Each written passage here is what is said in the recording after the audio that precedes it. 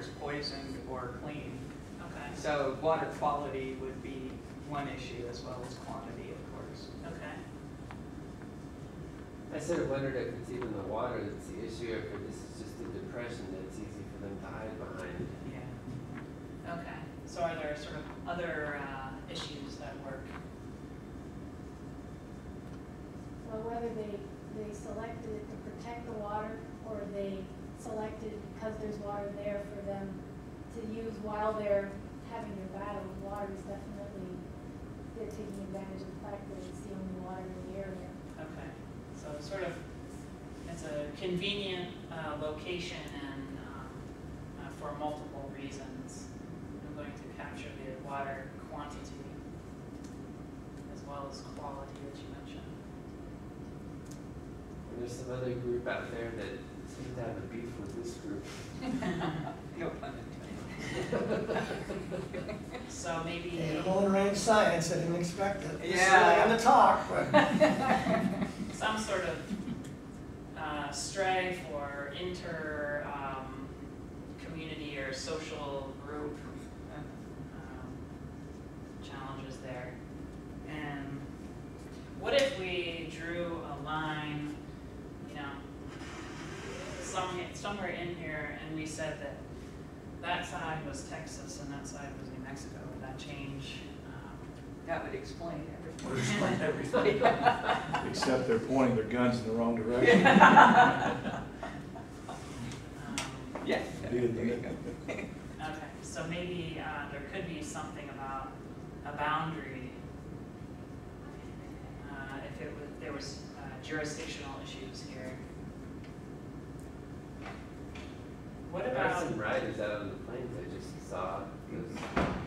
So Yes, it is jurisdictional. So who knows what else could be at work here? But I think those are some great ideas about what might be increasing the potential for conflict. What about things that you can think of that might be maybe promoting more peaceful interactions? A shared enemy, if there was Indians coming up over the mountains or something Okay. like that, then maybe you could get everyone together. Okay, so shared adversary.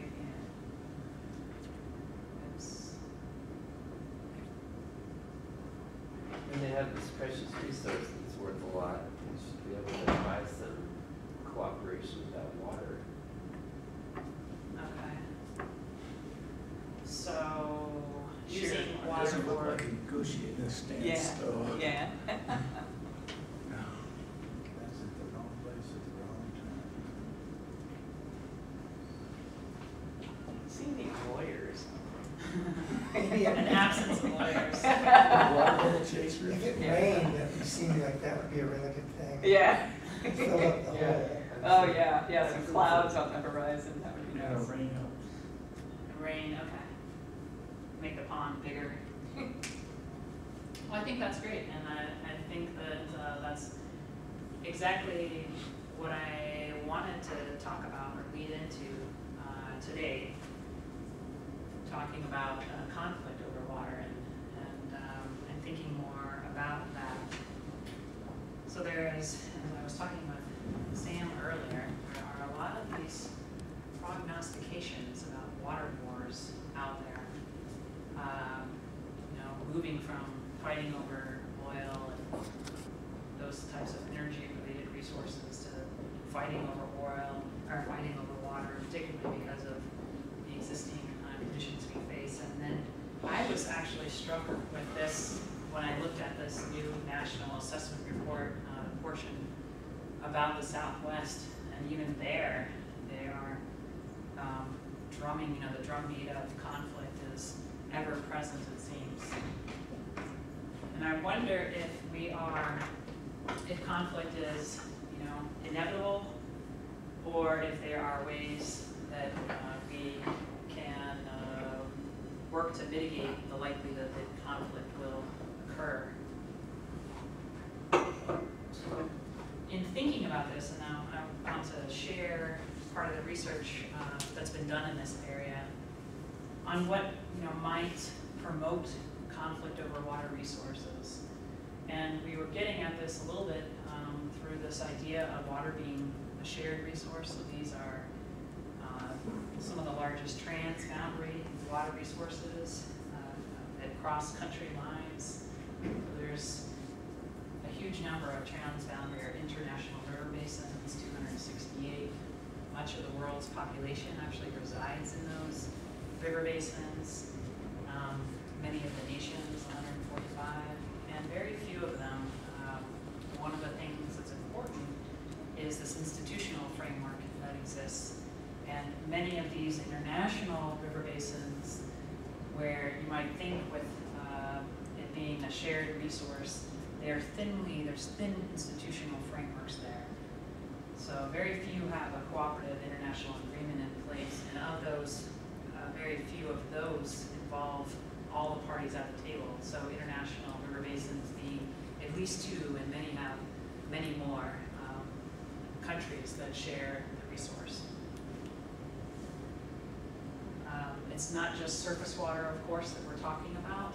I was reading about the groundwater concerns here in this area with the increasing demands on the resource from across the border with Juarez pumping and diminishing surface water resources, the implications for groundwater recharge, and some of the increasing dependence on this side of the border of groundwater resources. So, you know, having these both surface water and groundwater resources that are shared and trying to figure out ways to manage those without running into this conflict that's everyone seems to be is on our horizon.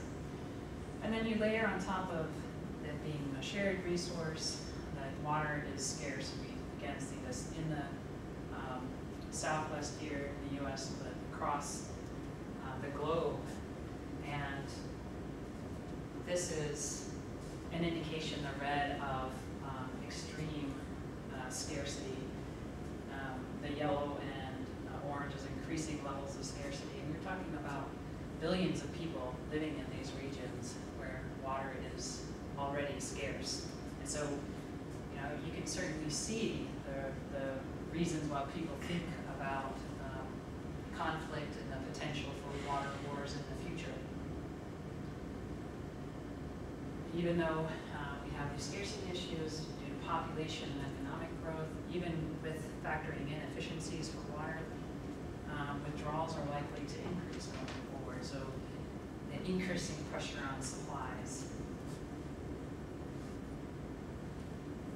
And so we talked a little bit about the issues that might precipitate conflict being shared, the quantity and quality, which you talked about earlier, infrastructure. So if someone builds a new dam upstream, that might impact downstream users of the resource. And there's a number of examples where that the flow regime, the flow pattern is important to livelihoods. And all of those issues can, which is something we didn't really mention here, which can precipitate conflict. So in order to think about what are, are these water wars inevitable or not, we can look to history and try to see what history says about the likelihood of these water conflicts. Have they occurred in the past, and what can we anticipate or expect for the future based on that? A question for you guys. I'm drawing on research from Aaron Wolf at Oregon State, and he has, with his colleagues, assembled an enormous database over 50 years looking at these different water events spanning the range from being very cooperative events and exchanging pleasantries and managing the resource cooperatively to, on the more conflictive side of things, exchanging hostile words, elevating things, taking steps that are more hostile, and even military actions and outright violence. What my question is then to you, how many of those 1800s do you think resulted in violent conflict? Just a round number, percent, or 30%. 30%. 5 conflicts. 5%, or five No, 5 conflicts.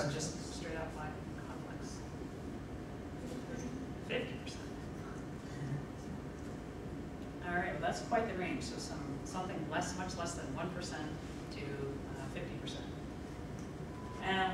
I would say on the positive is that that's not much what this analysis and evaluation shows.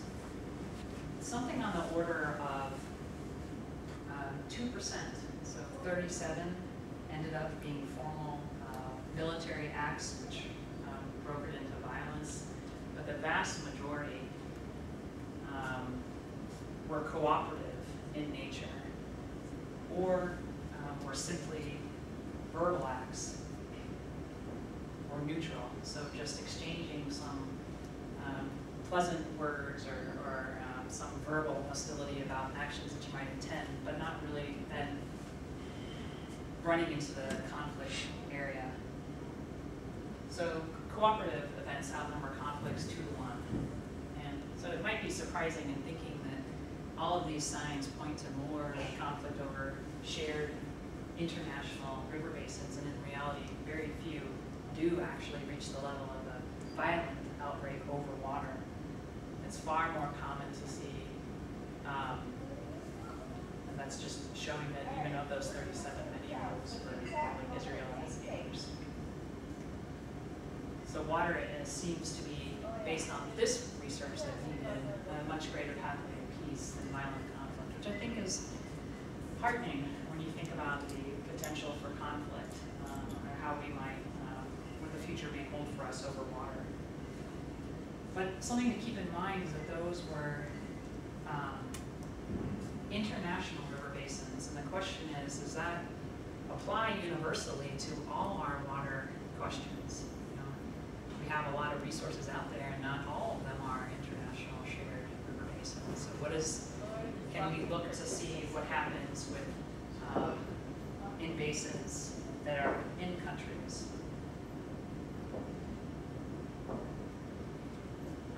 Even before I get there, what Aaron Wolf and his colleagues found is that, in fact, there are a number of examples of cooperation, even in circumstances that you would find surprising. So with an ongoing war that lasted for decades, in fact, there were these secret picnic table talks going on in the background around water specifically. So despite this ongoing conflict over other issues, water remained something that could bring people to the negotiating table. Another example being this Mekong committee established by countries in the lower part of the Mekong River to start to get together to manage the Mekong as a shared resource. One thing that's interesting there, and talking about the infrastructure example, is that China is in the headwaters of the Mekong, and that's where a number of the dams are occurring. And down here at the mouth of the river, there are these ecosystems that are highly dependent on this flow, the high flows, the seasonal flows that support enormous fisheries and livelihoods down here. And with the construction of these dams, and China not really being a part of this overall joint leadership around the Mekong, it's really running into some serious problems. And that's one of the things with this transboundary management that isn't coming to the fore really in this conversation so much, is that I did mention the thin institutions that are in place. Part of the reason, besides just the sheer number not being very much, and that not everyone's participating, such as this example of China not really participating, but then that really undercuts the management of the shared boundary resources as a whole. So something just to keep in mind, even though there aren't conflicts yet, they haven't in many cases gone to the point of really making those hard decisions and making those hard choices and to come to some agreement on how to manage going forward. So in some ways I wonder if the jury is still a little bit out on that. So again, before we move into this additional research in the area, one of the things that I thought was interesting from the work that Aaron did looking at those 1,800 cases was some of the parameters that weren't statistically significant. such as the type of governance that's in place. So, being democratic didn't seem to have any effect on whether, or any statistically significant effect on whether the conflict occurred or not. Same thing, a rich country versus a poor country, or being densely populated or sparsely populated. So, you might think being sparsely populated, less pressure on the resource as a whole, and yet still it's not significantly associated with the outbreak of conflict, or as a predictor of conflict, or being a large or a small country. Again, you might think a small country might be able to do its work better or worse, but still doesn't seem to play a strong role there.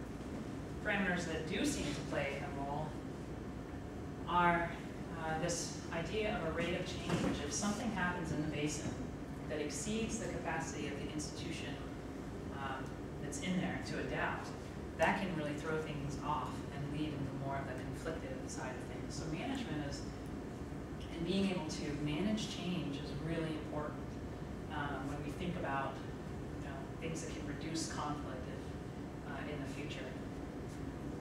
Other things that seem to be statistically significant are when, such as the example in China, and I think I get to a little bit of the infrastructure too, but unilateral development in the absence of a cooperative agreement. So if something, an entity upstream is altering the flow, hydrologic flow of the basin as a whole for the downstream users, that can really push people towards more conflicted and general hostility over non-water issues, which is, I think, what you were talking about, that there may be other issues that are happening, and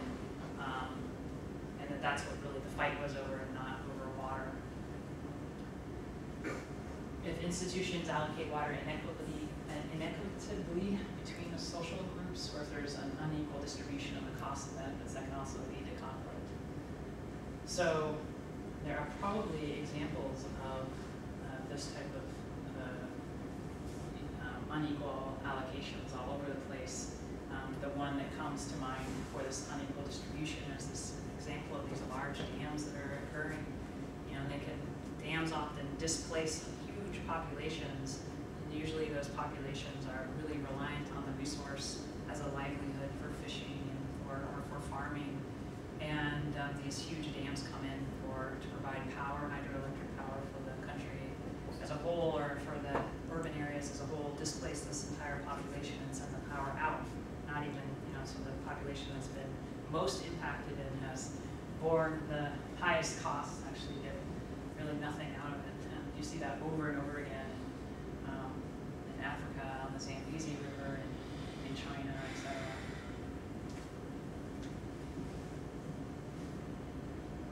So when you take a closer look at the events as a whole, the ones that seem to, by issue area that came into or produced conflict more often, were ones over infrastructure and those over water quantity. So it's interesting to keep in mind again some of the things that seem to promote or decrease conflict. Water quantity and infrastructure issues seem to really drive conflict. And those include the most violent acts. Now getting to this mitigation a little bit more deeply.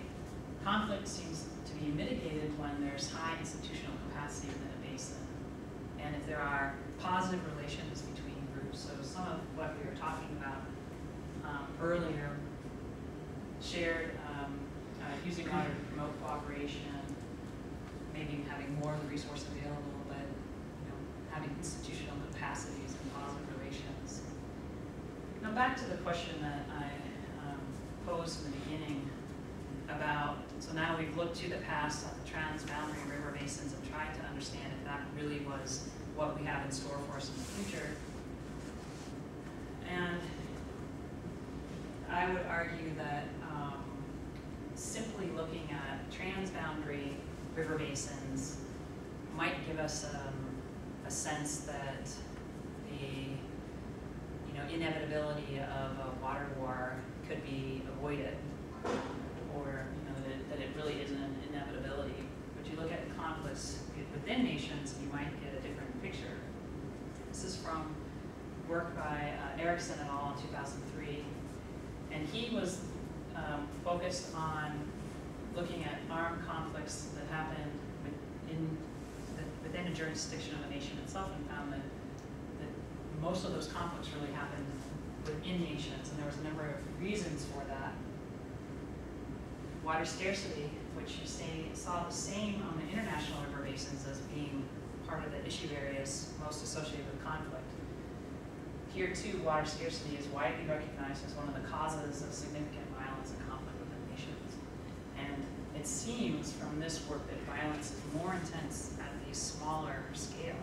So thinking back to that water hole example, a very small scale violence is actually more likely in those sorts of conditions.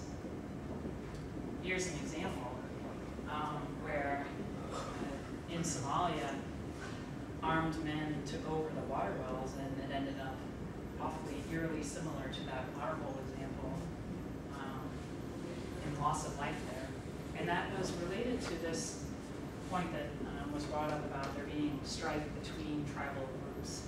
So a lot of these local conflicts are because there is strife elsewhere, and that's leading to or causing, additional layers, not just over water, but they sort of come to the fore and come to violence over water.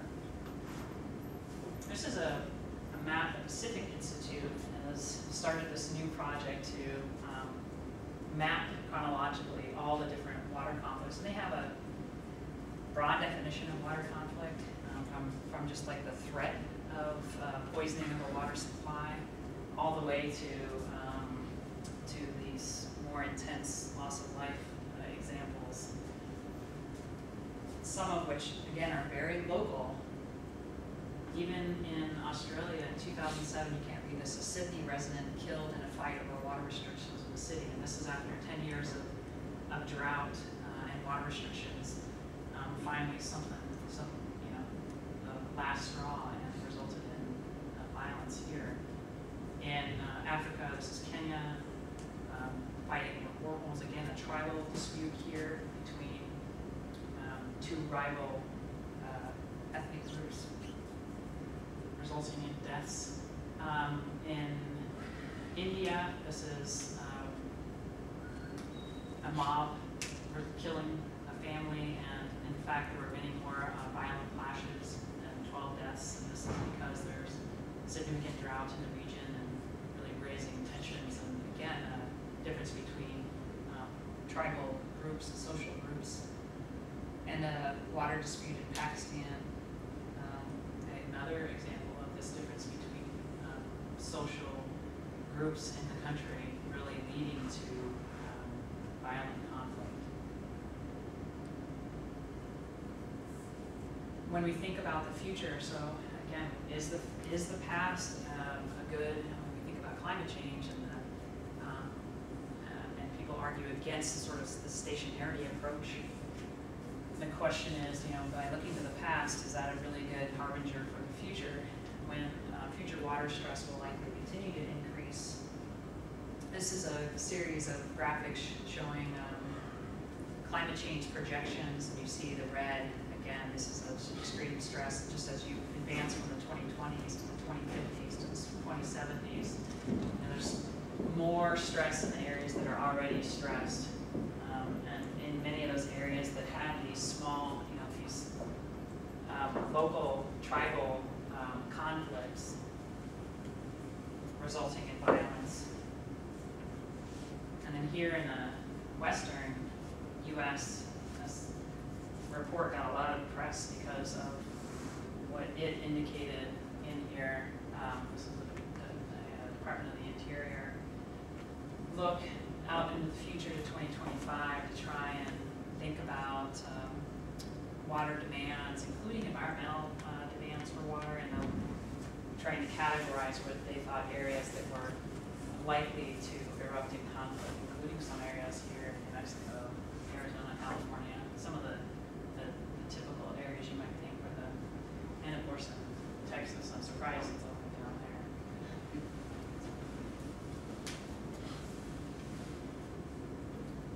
So back to the question about the US Southwest, it's already the subject of contention, and do you think, I mean, based on some of the research that I walked through here in our discussion about what increases conflict and decreases conflict, I mean, is your sense about the inevitability of water wars? Are you more convinced? Are you less convinced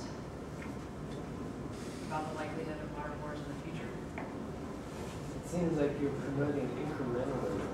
Don't surprise the other guy and then you won't have a problem. Is that true? Don't surprise the other guy. Well, because they said that one of the biggest factors was the lack of information about the process and the sudden change.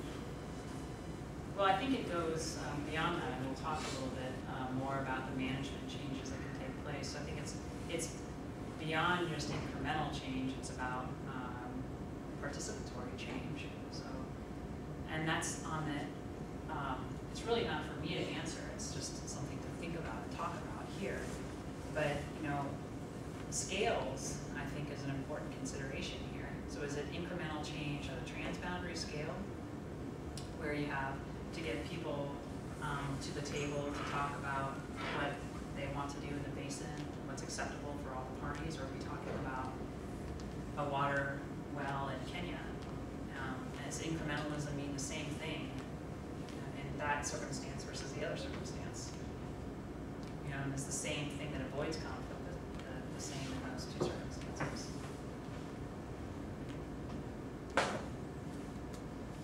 I think locally, you know, in small areas, you're probably going to see a greater conflict in water issues, more territorial. But I think when we start looking at transboundaries, we tend to fall back on, you know, there's so much legal discussions going on as to ownership and everything else that as a group we tend to say, well, let's let the law take care of it. And so that tends to mitigate immediate conflict. But I think when you start looking at an area, let's say some of the northern Rio Grande versus middle Rio Grande or middle versus southern, that you might see more severe conflicts in a more localized area.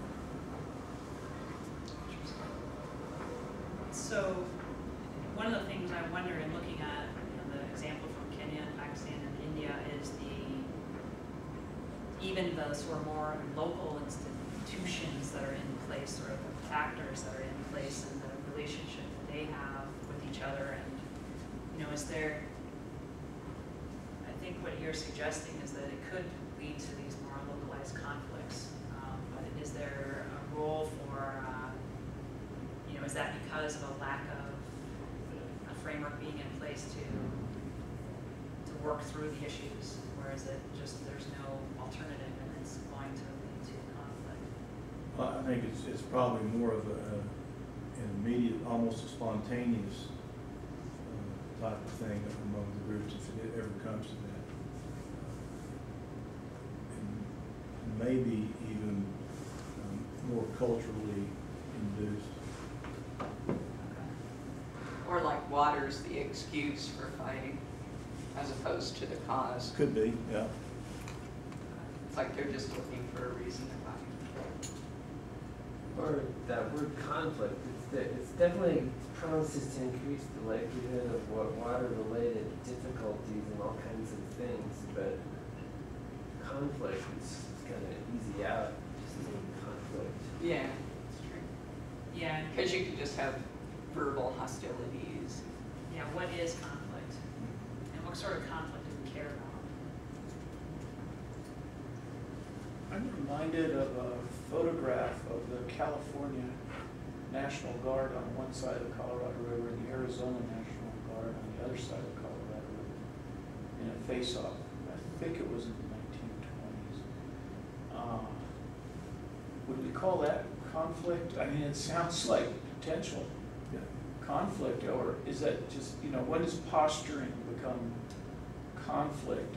And I wonder if that was sort of some sudden change in the flow rate, you know, as a natural thing, or there was a a deterioration in some joint talks or something about adjudicating that water resource, or, you know, or what? So, I mean, that seems fairly dramatic to me, and to envision that sort of in the future as a possibility. I mean, that's a pretty high stakes face-off, I would say.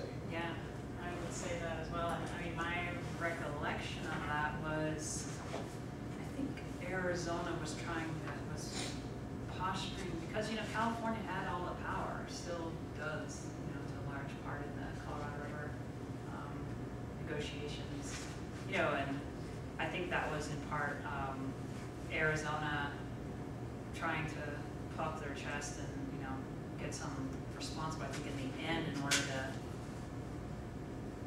get the water, I honestly, I can't remember the details of that, of what exactly precipitated it, other than I know, I'm pretty sure it was Arizona sort of trying to play their power what they could, and force the hand a little bit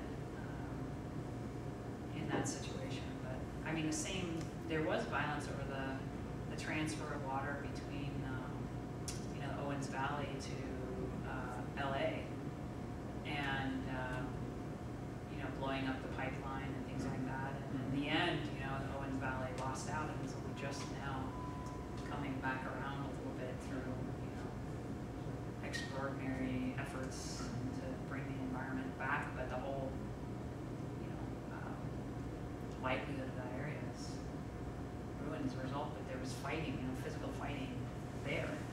So it's possible. I mean, I'm not sure. Again, I think I'm not sure if it's posturing or you know, legal teams of lawyers posturing. I don't know what it will take, but there certainly is conflict there in that sense. I can't imagine we'd raise arms against each other again.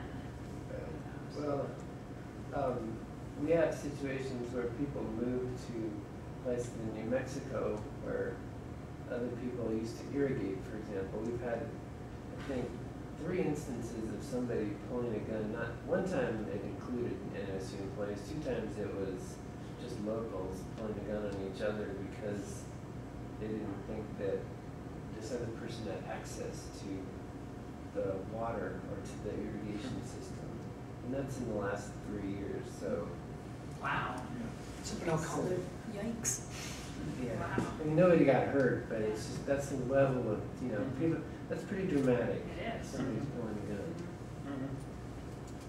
Yeah, and I mean, I sort of look at that's a great example for here, and then you look at like Georgia and Alabama and Florida. I sort of wonder if we could, I don't know, it's kind of crazy. What do you think? So much. I just got in here about 10 minutes ago, but I was wondering about the standoff between California and Arizona National Guard troops. He said that might have been in the 20s. I wonder if that was before or after the Hoover Dam was started. If that could have precipitated that.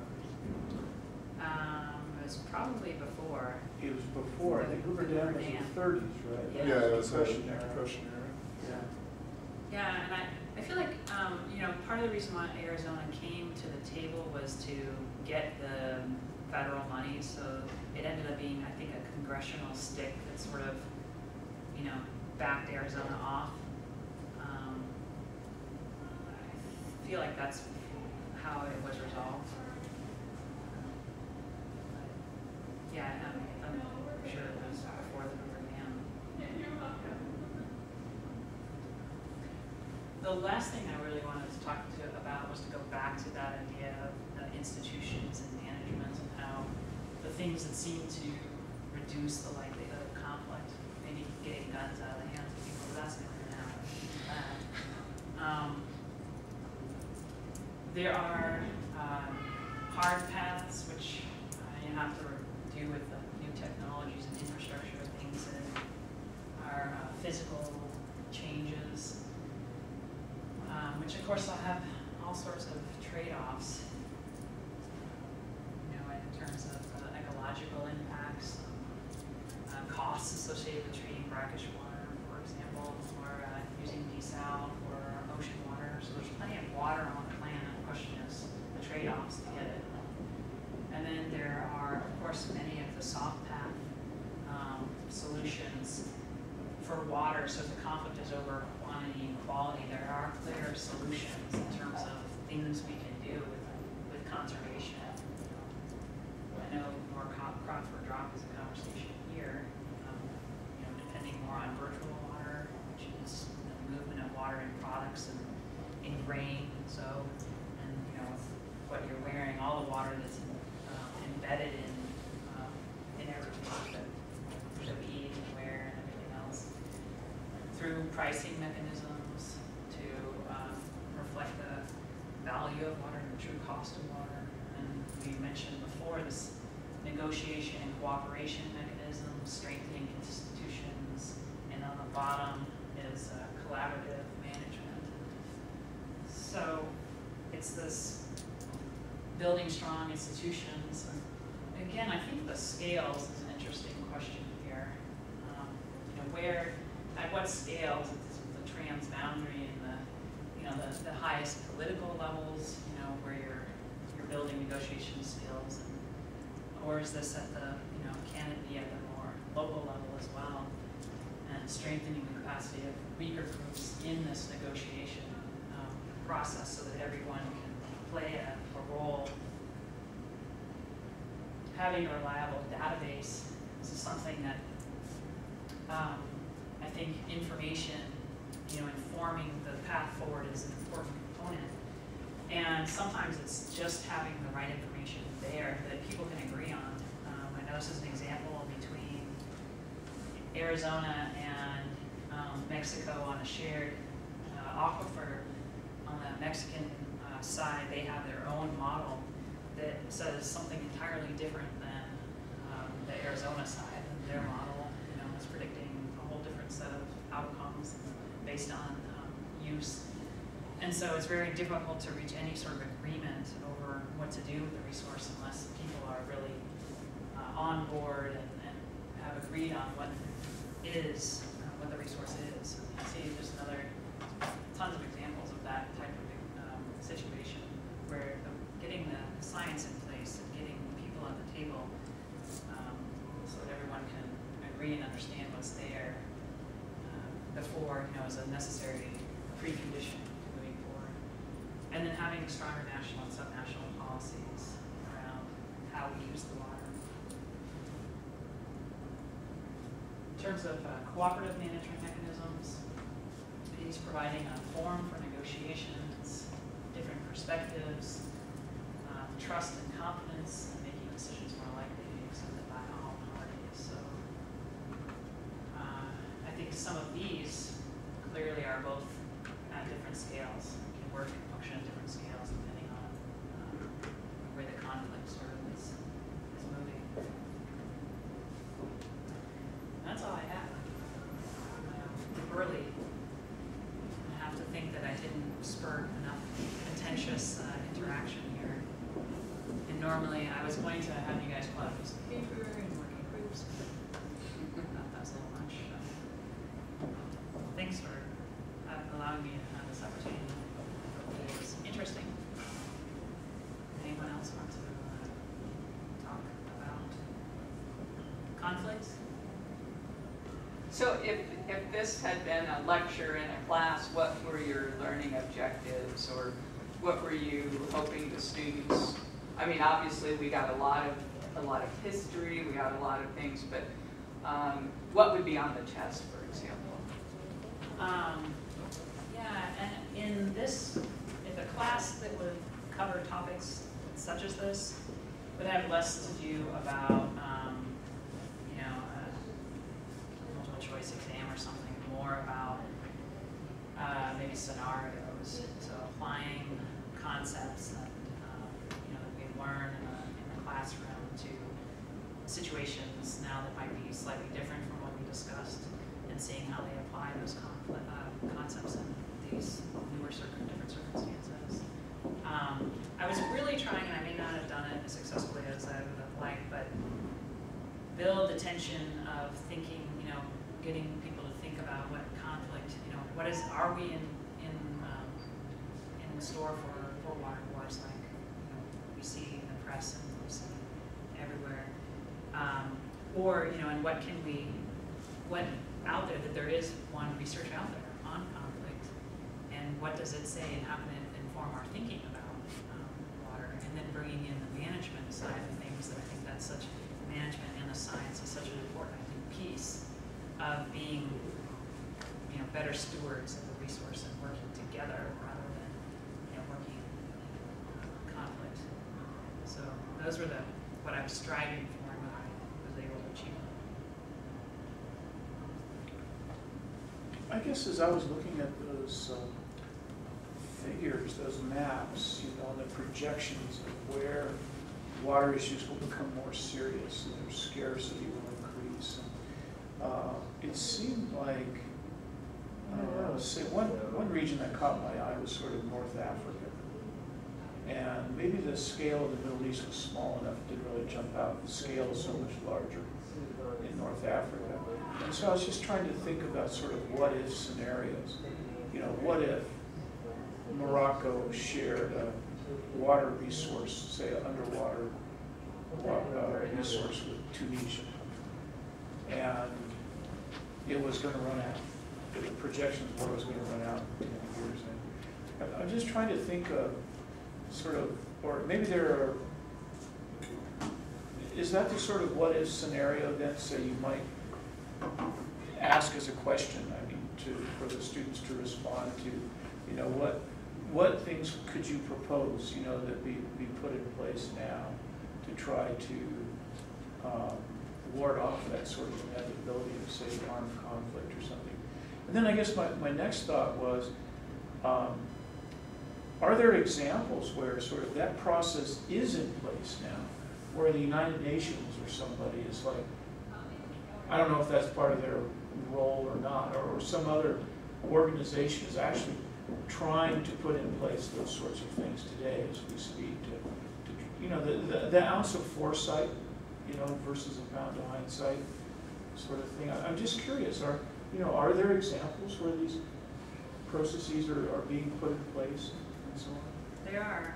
So to your first question about sort of examine the scenario, Right. I think you're right on, and I have asked questions like that. Part of the challenge with that type of question is, you know, laying out the conditions on both sides and Right. what the parameters are, and really feeding into, you know, getting them to think about, you know, some of these concepts we're talking about, management, things that can be put in place, or what the challenges are. So it's structuring the question in such a way that would get at that. That's exactly the type of thing I'm talking about. Yeah. There are examples of these efforts. So the one that I'm most familiar with is the Zambezi River, which is in southern Africa. And there's the Southern African Development Commission, SADC, it's something like that. And they have a really big water department, water sort of policy, really focused on trying to, because, you know, the economic development and human health and, you know, electricity, all of it is really tied to water and to managing water better. And so there's a huge program there. They have stakeholder dialogues, which is something that's fairly common, not just in the Zambezi, but in other, particularly when there's a sort of a external, I think it's called the Global Environmental Facility Fund. So there's some of these big water funds, water/environmental/Millennium Development Goal efforts behind some of this, and some of the big donor countries like Norway and Netherlands and Sweden, you know, and pump money into these types of things and other things.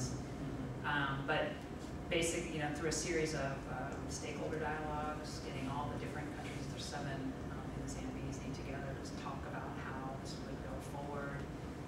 There's a lot of effort on getting the data. So one of the big impediments to these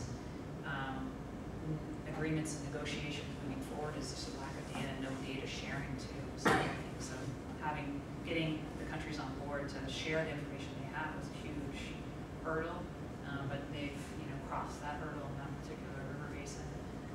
So there are these examples out there of efforts being taken. They're very, very, very slow, as you might expect. So that point sort of, you know, assuming that you have good data to begin with, that's an interesting point. I mean, because say, for example, oil reserves in Saudi Arabia. You know, at present projected pumping rates, there's 20 years. No, there's 50 years. Well, there's actually 200 years, but they've accessed the reserves incorrectly, so it's limited using the current technology or something. You know, so who knows? Do estimates of sort of water resources suffer from that degree of uncertainty, or is it fairly straightforward to actually get good data about water reserves and watersheds and so on? Well, I think part of the challenge is that, particularly for groundwater you're talking about, it's hugely expensive to drill all the whole, boreholes and do all the testing you need across the huge, aquifers can be over huge areas, geographically expansive. So it is difficult to get that, and we've come to the table much later on groundwater than we have on surface water. So yeah, it's a huge. That example I was talking about with Arizona and Mexico. That's one of the primary impediments to sort of moving forward and figuring out a plan forward. Is a lack of agreement on what the resource is and how sustainable, how much you can draw from it for it to be a sustainable resource. So it's actually quite analogous then, say, Yeah. to oil reserves. Yeah, sure. And then of course the example with the Colorado being set and during wet years, and now it not really mattering until the point that you have all the demands on the resources exercising their demands or getting to that point. So when you have this slack in the system, it doesn't it's not as important. But then as the resource gets stretched, and then the tensions rise and the Right. So we need to go. I don't know, maybe, are you going to dinner? Maybe you could Yes. continue that.